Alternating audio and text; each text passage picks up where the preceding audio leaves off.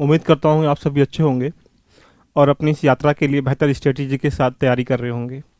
जैसा कि जानते हैं कि यूपीएससी 5 जून को प्रस्तावित है प्रीलिम्स एग्ज़ाम। उसकी अगर लगता है कि आपको उससे डर है कि हमें प्रीलिम्स क्वालिफाई करना हमारे लिए एक दिक्कत का विषय बना हुआ है और आपका मेंस बेहतर तैयार है, आपकी आंसर राइटिंग बहुत अच्छी है, आपको नॉलेज रिप्रेजेंट करने का तरीका अच्छा है, लेकिन प्रीलिम्स एक डर है। इस डर को दूर करने के लिए ओजांग आईएएस टीम के द्वारा एक मास्टर ब्लास्टर एक स्टॉक बैच स्टार्ट किया गया है, जिसमें आप जानेंगे कि जो 100 डे के स्ट्रेटेजी के आधार पर एक पूरा जो प्रीलिम्स का कोर एरिया है, जिसको क्वालिफाई करने के लिए 100 क्वेश्चन से लगभग 55 क्वेश्चन जो सेफ जोन में रहते हैं वो सही करने चाहिए। उसके कोर एरियाज पर आपके सामने अपनी विस्तृत अनुभव को दर्शाने के साथ साथ बीच आपके साथ टेस्ट के माध्यम से चीज़ें और साथ में पूरा कंसेप्ट नुमा, पूरा फैक्ट नुमा, पूरा एप्लीकेशन नुमा तैयारी करने के लिए हिस्ट्री के डॉक्टर नलिन सर आपकी क्लास लेंगे। पॉलिटी का सेगमेंट मेरे द्वारा आप आनंद लाभ उठाएंगे इस क्लास में। साथ में जो इकोनॉमी पोर्शन है वो इकोनॉमी का मैम कुसुम मैम लेंगी और ज्योग्राफी पीबी सर लेंगे। देन साइंस विभव सर और करंट अफेयर जो बेसिक इंपॉर्टेंट सेगमेंट होता है अगर ओजांग सर और कुसुम मैम लेंगे। देखिएगा यूपीएससी की इस जो यात्रा है, इस यात्रा में प्रीलिम्स से लेकर मेंस और इंटरव्यू तक प्रत्येक चरण का अपना अपना अहम योगदान है। अगर आप उसकी तैयारी एग्जाम के पॉइंट ऑफ व्यू से नहीं करेंगे और फिर कहीं ना कहीं ज्ञान को इकट्ठा करने के लिए कहानियाँ, कविताएं, आनंद पर अनुभूति प्राप्त करते रहेंगे क्लासों में भी, तो आपको वर्तमान तो आनंद आ जाएगा, लेकिन जिसके लिए आप बने हो, जिसके लिए आपने सोचा, जिसके जो आपका सपना था, जो आपका ड्रीम था, जो आपका एम था, उससे आप वंचित रह जाएंगे। तो उसका एक ही रास्ता है कि आपके पास जो सिलेबस के अकॉर्डिंग तैयारी है नहीं है।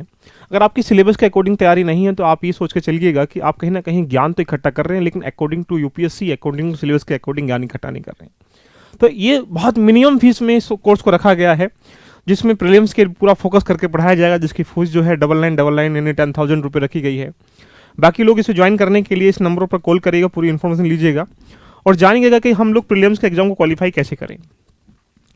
देखो बेसिकली अगर कहा जाए तो प्रीलिम्स क्वालिफाई करना हर किसी के लिए डेडलाइन होता है कि हमें कैसे क्वालिफाई करें, तो उसके लिए यही बैच स्टार्ट किया गया है। नंबर 2 बात, जैसा कि जानते हैं कि जीएस के फर्स्ट पेपर में 2 पेपरों में जीएस 1, 2 और जीएस 2 प्रीलिम्स में होते हैं और जीएस 1 का जितना रोल होता है इतना जीएस 2 का भी रोल होता है, जिसको सीसेट कहते हैं।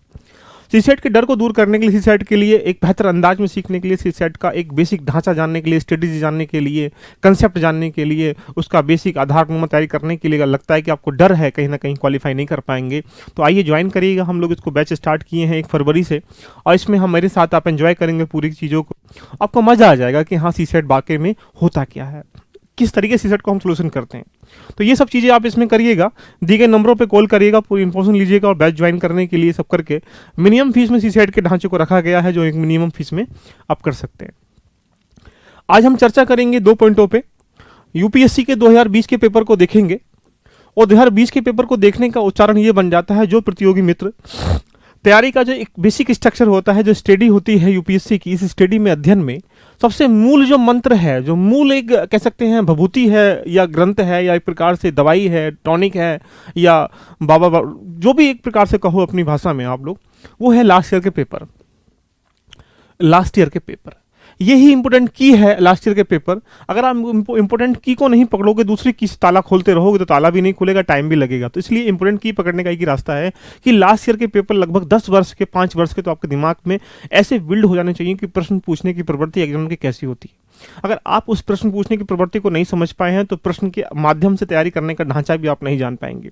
तो मैं हमेशा यही कहता हूं, जो टीचर्स हैं, जो इंस्टीट्यूट हैं, जो संस्थान हैं, अगर वो एक बेसिक आधारनुमा तैयारी नहीं कराते हैं, उसके जंजाल में सारी चीज़ें बता देते हैं, वो सब एक अनर्थ है, वो बेकार है आप लोगों के लिए। क्या करेंगे आप सब कुछ जान के जब तुम कुछ अपनी मंजिल नहीं पा पाओगे। एक ज्ञानी आदमी भी 50 साल में क्या कर सकता है, देश का विकास नहीं कर पाएगा जब तक वो किसी पद पर, किसी प्रतिष्ठा पर दिमाग के विचार को इनोवेशंस में या इवोल्यूशन में कन्वर्ट नहीं कर पाएगा। तो इसलिए विचार जरूरी जब है जब आपकी मंजिल हासिल हो जाए आपको। तो मंजिल हासिल करने के लिए एक ही रास्ता है, पहले टू द पॉइंट पढ़िएगा, इसके अलावा कोई ऑप्शन नहीं है। और टू द पॉइंट कहाँ से आएगा ये आप जानते हैं कि लास्ट ईयर के पेपर से आएगा। तो कल मैंने लास्ट क्लास में 2021 के पेपर को एनालाइज किया, पूरे पेपरों को, पॉलिटी सेगमेंट को। आज मैं 2020 के पेपर को एनालाइज करूंगा, उसमें बताऊंगा कि प्रश्न आते कैसे कैसे हैं और कहाँ से आते हैं, कंसेप्ट नुमा आते हैं, फैक्ट नुमा आते हैं, एप्लीकेशन बेस आते हैं, कैसे प्रश्न आते हैं। चलिए बिना देरी करे हम लोग चर्चा करते हैं और चर्चा करने के साथ साथ हम लोग पहला क्वेश्चन आपके सामने रिप्रेजेंट करते हैं। दूसरा क्वेश्चन पहले ले लेते हैं और यहाँ इससे जानेंगे कि क्या चीज़ें हैं। दूसरा क्वेश्चन आपके सामने किससे रिगार्डिंग है, जो 2019 में दिया गया था, लिखा है विद रेफरेंस 2020 में, with the reference to the fund under member of parliament local area development scheme, जिसको हम लोग क्या बोलते हैं, एमपी लेड कहते हैं। अब एमपी लेट्स क्या है, इसके बारे में आपको नहीं पता होगा तो आप इस प्रश्न को नहीं कर पाएंगे। एमपी लेट्स एक बेसिकली एक ऐसी स्कीम है जो सांसदों को दी जाती है। कैसे दी जाती है, कब से दी जाती है, इसका इफेक्ट में बन जाएगा। देन पूछा गया which of the following statements are correct, मतलब निम्न में से कौन सा स्टेटमेंट ऐसा जो करेक्ट है एमपी लेट के माध्यम से। पहला पॉइंट समझिएगा, पहले दिमाग में चीज़ों को वैलिडेट कर लिए, सारे क्वेश्चनों को हम लोग आराम से कर सकते हैं। जैसे MP LADS funds must be use to create durable assets like physically infrastructure for the health and education etc। मतलब एमपी लेट्स के बारे में जानना पड़ेगा आपको। एमपी लेट्स एक ऐसी क्या है प्रकार से, एक स्कीम नहीं, एक प्रकार से फंड है जो सांसदों को दिया जाता है। जैसा कि आप जानते हैं कि एमपी लेट को 1993 में बीपी सिंह जो नरसिम्हन थे पीएम, उनके द्वारा स्टार्ट किया गया था। पहले इस स्कीम में सांसदों को अपने क्षेत्र में विकास करने के लिए 1 करोड़ रुपए दिए जाते हैं, बाद में इसको फिर 2 करोड़ रुपए किया, वर्तमान में इसके 5 करोड़ रुपए। चर्चा में इसलिए रहा था क्योंकि आप जानते होंगे कि कोरोना के समय में पीएम मोदी के द्वारा इसकी जो 5 करोड़ की धनराशि है उसको खत्म कर दिया गया था कि हाँ कुछ समय के लिए इसको हम लोग नहीं देंगे। तो ये चर्चा का विषय होने की वजह से 2020 में प्रश्न आया, जबकि ये प्रश्न क्या है, संसदीय प्रणाली का ही ये प्रश्न है, पार्लियामेंट सिस्टम का। साथ में जानेंगे कि हाँ ये बिल्कुल सही बात है कि मेंबर ऑफ पार्लियामेंट में लोकल जो भी एमपी होते हैं उनको अपने क्षेत्र में विकास करने के लिए एक निधि दी जाती है, जिसको हम लोग कहीं ना कहीं स्वास्थ्य को देखते हुए, शिक्षा को देखते हुए, भौतिक बुनियादों को करने के लिए। तो यानी पहला ऑप्शन क्या है इसमें राइट है। दूसरा प्रश्न में क्या दिया गया इसको देख लेते हैं। प्रत्येक सांसद की निधि के एक निर्दिष्ट हिस्से को अनुसूचित जनजाति के लिए, जनजाति आबादी के लिए लाभ होना चाहिए। बिल्कुल सही बात है कि specify the portion of the each member, मतलब जो एक एमपी की निधि है उसमें से कुछ एरिया एससी एसटी के लिए क्या क्या है निर्धारित किया गया है। दूसरा ऑप्शन भी क्या है सही निकल के आता है। देन लिखा है MP LADS a fund are सेंशियन the yearly basic fund can not be carried forward to the next year. यानी एमपी लेट जो निधियां हैं वार्षिक आधार पर, देखो ये क्वेश्चन के बारे में समझना है। एमपी लेट जो निधियां है एक साथ दी जाती है वो 5 साल के लिए। अब वो पहले साल खर्च करे या दूसरे साल खर्च करे इसका कोई मतलब नहीं है, वो एक बार में 5 साल के लिए मिल जाती है। तो यानी जो तीसरा ऑप्शन है अकॉर्डिंग टू वार्षिक आधार इस पे लिखा है, तो ये पॉइंट होने की वजह से ये क्वेश्चन क्या है रोंग बन जाता है। तो अब यहाँ से बात करते हैं चौथे पॉइंट की तरफ। The district authority must inspect the at least 10% all work under the implementation of every year. बिल्कुल सही बात है, डिस्ट्रिक्ट मजिस्ट्रेट जो होता है 10% अथॉरिटी का उसमें चेक करता है। तो यानी ये ऑप्शन भी क्या है सही है। तो यानी इससे ये कह सकते हैं कि जो 4 ऑप्शन आपके सामने दिए थे उसमें से पहला सही है, दूसरा सही है, तीसरा इसमें गलत है और चौथा सही है। इसका मतलब क्या हुआ कि 1 और 2 4 जहां होंगे। अब इसमें यह देखना बहुत जरूरी होता है कि प्रश्न पूछा क्या गया है। तो प्रश्न जो पूछा गया वो क्या पूछा गया, करेक्ट पूछा गया, यानी सही पूछा गया है। तो सही इसमें क्या है 1 2 4 है, इसका डी आंसर आपका सही है। तो जब ऐसा प्रश्न एग्जाम में आए तो आपके दिमाग में एक निधि को लेकर, पूरी फंडिंग सिस्टम को लेकर चीजें इवेलुएट हो जानी चाहिए। अगर वो इवेलुएट नहीं है तो इस प्रश्न का आंसर सही तरीके से आप लोग नहीं कर पाएंगे। चलिए आगे चलते हैं क्वेश्चनों की तरफ को, फिर देखते हैं अच्छे अच्छे क्वेश्चन लेके आते हैं आपके सामने कि हाँ जो अब छोटे छोटे क्वेश्चन को तो दुनिया भी कर लेगी, लेकिन समझने की प्रवृत्ति को जानने के लिए लास्ट ईयर पेपर बहुत ही इंपॉर्टेंट है। चलिए अच्छा क्वेश्चन नंबर 15 आपके सामने आ चुका है। एक बार करने का प्रयास करें फिर लगेगा कि कैसे करना है। जैसे consider the following statement, it is according to the constitution of India a person who is eligible to vote can be made a minister in a state of 6 month even if he she is not a member of the legislative of the state. बहुत अच्छा question है। पहला point बोल रहा है कि निम्नलिखित कथनों पर क्या करना है, विचार करना है। पहला कथन ये दे रखा कि भारत के संविधान के अनुसार एक व्यक्ति जो वोट देने के लिए योग्य है उसे राज्य में 6 महीने के लिए मंत्री बनाया जा सकता है, भले ही वह उस राज्य के विधानमंडल का सदस्य ना हो। ये क्वेश्चन इसलिए अच्छा है, देखिएगा बहुत अच्छा क्वेश्चन इसलिए बता रहा हूं आपसे कि पूरा कंसेप्ट नुमा है। जैसा कि आप जानते हैं कि एक संविधान के अंतर्गत अगर हम लोग देखें इसमें एमपी बनने की जो उम्र है, एमपी लोकसभा का जो बन सकता है वो कितनी उम्र में बन सकता है, 25 साल में बन सकता है, 25 ईयर में बन सकता है। लेकिन जो विधायक है, जो एमएलए, उसकी भी कितना है 25 साल है। तो यानी यहाँ से मेंबर ऑफ पार्लियामेंट या मेंबर ऑफ लेजिस्लेटिव असेंबली बनने के लिए आपको उम्र कितनी चाहिए, 25 साल। लेकिन उसने एक वर्ड दिया है कि यदि कोई व्यक्ति अगर चुनाव के माध्यम से नहीं चुना गया है और वहाँ 25 साल से ऊपर का है तो उसको हम लोग 6 महीने के लिए मंत्री बना सकते हैं। बिल्कुल सही बात है। लेकिन उसने एक वोट डाला है कि जो व्यक्ति वोट देने के योग्य है।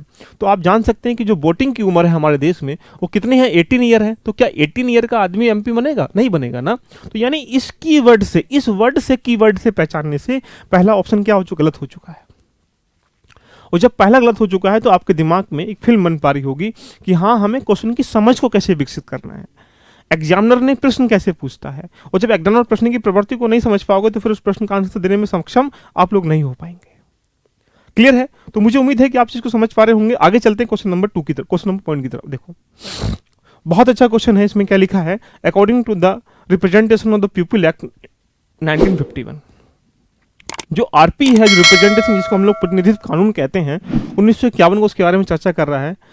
तो अब चर्चा क्या कर रहा है इसके बारे में जान लेते हैं कि लोक प्रतिनिधित्व जो है 1951 के अनुसार एक आपराधिक अपराध के लिए दोषी व्यक्ति और 5 साल के कारावास की सजा सुनाई गई है, उसे जेल से रिहा होने के बाद चुनाव लड़ने में स्थायी रूप से अयोग्य घोषित किया कर सकता। बहुत ही अच्छा क्वेश्चन है, देखिएगा ये पॉइंट है। ये हालांकि मेंस के पॉइंट ऑफ व्यू से क्वेश्चन को बनाया गया है और मेंस में प्रतिनिधि जो कानून है उसको हम लोग मेंस में पढ़ते हैं, लेकिन फिर भी वहां से इस प्रश्न को पूछा है। अब देखो इस कहानी को पूरा आराम से चीजों को समझते हैं। इस प्रश्न की भावात्मक शैली अगर दिमाग में, नंबर पहला पॉइंट तो क्लियर है कि वोटिंग की वजह से गलत हो गया है। नंबर 2 की अगर हम लोग बात करें तो आप ये जान सकते हैं कि यहाँ पे कहानी के बारे में अगर देखा जाए तो जो इसमें प्रतिनिधित्व कानून है, प्रतिनिधित्व कानून है, कानून है 1951 का, इसके बारे में आपको चर्चा करनी है। इसके क्लोज में 2 बातें दिमाग में रखना चाहिए। इस अधिनियम में 8 के 3 में, 8 के 4 में 2 बातें स्पष्ट लिखित हैं। अगर 8 के 3 वाली 8 की 4 बातें आपके दिमाग में हैं तो दिमाग में फंस जाए। क्या लिखा है, 2 वर्ष से अधिक की सजा किसी व्यक्ति को दी गई है तो वह उस अवधि से और प्लस 6 वर्ष तक चुनाव नहीं लड़ सकता है। ये इसमें उल्लेखित किया गया है। आर्टिकल इसमें जो दिया है 8 के 4 क्लोज में, ये बाद में अपवाद था तो इसको हटा दिया गया। अब ये वाला काम कर रहा था, यानी ये हुआ किसी व्यक्ति को अगर 2 वर्ष की सजा दी गई है या 1 वर्ष की सजा दी गई है तो उसके 6 वर्ष के बाद तक चुनाव नहीं लड़ सकता है, लेकिन बाद में लड़ सकता है। तो अगर मान लो किसी व्यक्ति को 5 साल की सजा दी गई है तो इसका मतलब है कि 5 प्लस के 6 मतलब 11 साल तक वो चुनाव नहीं लड़ सकता है। किसी व्यक्ति को 1 साल की सजा दी गई तो 1 और 6 नहीं लड़ सकता है। ये 8 का 3 क्लोज कहता है प्रतिनिधित्व कानून का। अब इसके एस्पेक्ट में अगर क्वेश्चन को देखा जाए तो उसने लिखा है कि यहाँ पे पहला पॉइंट तो ये जो फैक्चुअल पॉइंट दिया है तो उसमें लिखा है 5 साल, तो यहाँ 5 साल नहीं है, 6 साल होना चाहिए। दूसरा पॉइंट यहां से बनता है कि चुनाव लड़ने के लिए आगे लिखा है इसने स्थायी रूप से, स्थायी मतलब यहां स्थायी ना होकर क्या होना चाहिए था, अस्थायी होना चाहिए था कि लड़ सकता है लेकिन इतने समय के बाद। तो ये जब 2-3 बातें आपने सीखी तो 2-3 बातें सीखने के बाद दिमाग में एक पिक्चर बन पाई कि हाँ ये जो कानून है, लोक प्रतिनिधित्व कानून है, तो इसके माध्यम से हमने ये सीखा कि जितनी सजा सुनाई गई है उसके 6 वर्ष के बाद तक वो चुनाव नहीं लड़ सकता है, ये कानून कहता है। तो यानी सेकंड ऑप्शन क्या हमारा गलत बन जाएगा। इसका आंसर क्या हो चुका है, बी हो चुका है। इसका आंसर क्या है, बी फॉर बॉय। तो ऐसे प्रश्नों को हमें करना कैसे है, ऐसे प्रश्नों को बड़े भावात्मक शैली से करना है। जब तक आप प्रश्नों की पूरी कंसेप्ट नहीं समझ पाएंगे, लास्ट ईयर वाले क्वेश्चनों को, तब तक नहीं कर पाएंगे। आप देख पा रहे हैं कि ये ना तो फैक्चुअल है, ये कंसेप्ट नुमा क्वेश्चन है पूरा। चलते हैं अगले क्वेश्चन की तरफ। आपके सामने ये रहा 16वां क्वेश्चन। बहुत ही अच्छा क्वेश्चन है, इसके बारे में जानने की प्रयास करिएगा। क्या लिखा है एक बार देखें। Consider the following statements. The president of India can summon a session of the parliament at such a palace as he or she think it। मतलब राष्ट्रपति संसद का सत्र ऐसी जगह बुला सकता है जहां वो ठीक लगे। बिल्कुल सही की बात है। आप जानते हैं कि आप इस चीज को देख पाते होंगे कि जो संसद का सत्र है यहाँ इसको कहीं भी वो उसको बुला सकता है। वो उसको एक क्या है, स्वयं विवेक की शक्ति है। ये नॉर्मली बात है, इसको आप आराम से चीजें इवेलुएट कर पा रहे होंगे कि इसके लिए कोई टेंशन का लेने का विषय नहीं है। जहां उसका मन करेगा वहां सत्र को बुला लेगा और छुट्टी, बात खत्म। तो पहला ऑप्शन क्या बन जाता है, राइट बन जाता है। उसके बाद देखें और ये भी क्या कहता है, उसके बाद लिखा है कि the constitution of India provided to the these 3 session of the parliament in year but it is not a mandatory on the conduct all the 3 session. Bharat का संविधान एक वर्ष में संसद 3 सत्रों का प्रावधान करता। देखिए आर्टिकल 85 में जब आप लोग जाएंगे तो उसमें जानेंगे कि संसद के सत्र को संविधान के अंतर्गत कोई निहित प्रावधान नहीं किया गया कि कितने ही सत्र बुला सकता है। तो अधिकतम वो कितने ही सत्र बुला सकता है, चाहे 100 बुलाए, चाहे 50 बुलाए, चाहे 150 बुलाए, जो उसका मन कर रहा है। लेकिन न्यूनतम जो है 3 सत्र परंपरा के आधार पर माने गए हैं। आप जानते शीतकालीन होता है और बजट होता है और उसके ग्रीष्म होता है। तो 3 सत्र परंपरा के आधार पे माने गए हैं, लेकिन यहाँ पे हम लोग ये कह सकते हैं कि वो जितना उसकी मर्जी है वो बुला सकता है, इसीलिए यहाँ से इसकी कोई सीमा एक वर्ष में नहीं की गई है। तो इसके आस्पेक्ट में अगर हम लोग जाएंगे, क्वेश्चन के आस्पेक्ट में अगर जाना चाहते हैं तो यहाँ नहीं, दूसरा क्या है, गलत बन जाएगा। आगे चलते हैं, अगला पॉइंट।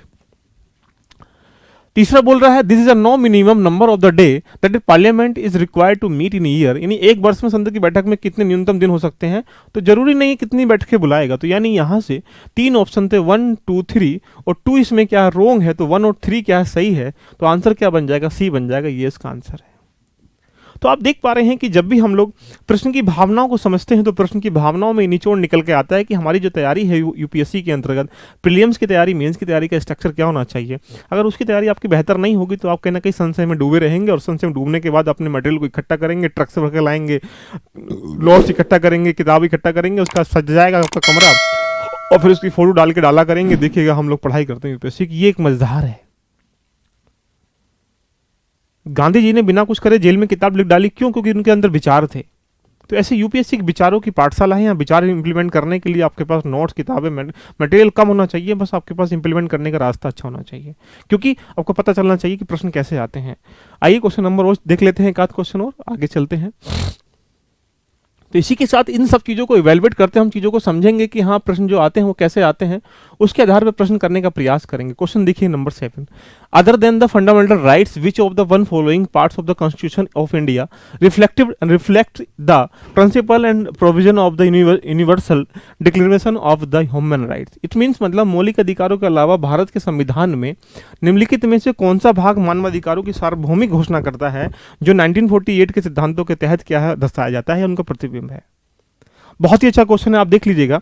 यहाँ से आप समझ सकते होंगे 1948 में जब हमारे पास इंक्लूड किया था ये मानवाधिकार, तो वहाँ पे 30 राइट्स रखे गए थे, 30 ह्यूमन राइट्स रखे गए, 30 मानव अधिकार रखे गए थे। मानव अधिकार मतलब एक मानव की रक्षा करने के लिए ह्यूमन राइट रखे गए थे। अब इसके आस्पेक्ट में अगर देखें तो क्या है, पहला क्वेश्चन प्रिंसिपल, प्रेम्बिल, बिल्कुल सही बात है। आप देखते होंगे कि जब प्रेम्बिल में जाएंगे तो वहां पे गरिमापूर्ण जीवन जीने का अधिकार दिया गया है। तो गरिमापूर्ण जीवन जीने का अधिकार भी क्या है, मौलिक मानवाधिकार आयोग, मानवाधिकार अधिकार में भी 1948 में रखा गया कि हर किसी व्यक्ति को जीवन जीने का अधिकार है, और वो भी गरिमापूर्ण। तो ये क्या करता है, प्रेम्बिल में ये क्या करता है, इसके दर्शन का उल्लेख किया गया है। आगे नंबर 2 लिखा है DPSP, direct principle of state. तो आप जानते हैं कि जो हमारे पास जो काम का अधिकार है, जितने हर व्यक्ति को काम किया जाएगा, सुरक्षा दी जाएगी, तो ये डीपीएसपी कहता है। तो इसके बारे में ये भी क्या है, दर्शन है डीपीएसपी भी, इसके बारे में दिमाग में होना चाहिए। देन अगली बात जो बोला लिखा है इसमें, फंडामेंटल ड्यूटीज। फंडामेंटल ड्यूटीज मतलब हमारे जो कर्तव्य हैं, एक भाषा को लेके, एक बंधुत्व को लेके, भाईचारा को लेके, ये मानवाधिकार के अंतर्गत भी निहित हैं 30 ह्यूमन राइट्स में, तो ये भी उल्लेखित हैं। तो आप जानते हैं कि तीनों ही बातें हमारी क्या है, ह्यूमन राइट्स के अकॉर्डिंग जो 30 ह्यूमन राइट्स है वहाँ पे 1948 में, उनका जो प्रतिबिंब है वो तीनों में झलकता है। तो यानी ये कह सकते हैं कि आपसे पूछा क्या गया है, select the correct answer which is the using code, यानी पहला भी ठीक है, दूसरा भी ठीक है, तीसरा भी ठीक है। इसका मतलब क्या हुआ, तीनों ऑप्शन ठीक, तो इसका आंसर क्या बन जाएगा, डी बन जाएगा। तो दोस्तों इस तरीके से तैयारी करिएगा कि आपको लगे कि हाँ वास्तविकता यह है कि हमारी तैयारी का ढांचा बिल्कुल एक आधारनुमा होना चाहिए। अब देखो ये क्वेश्चन जो आया है यहाँ 3-4 चीज़ों को जोड़ के आया है।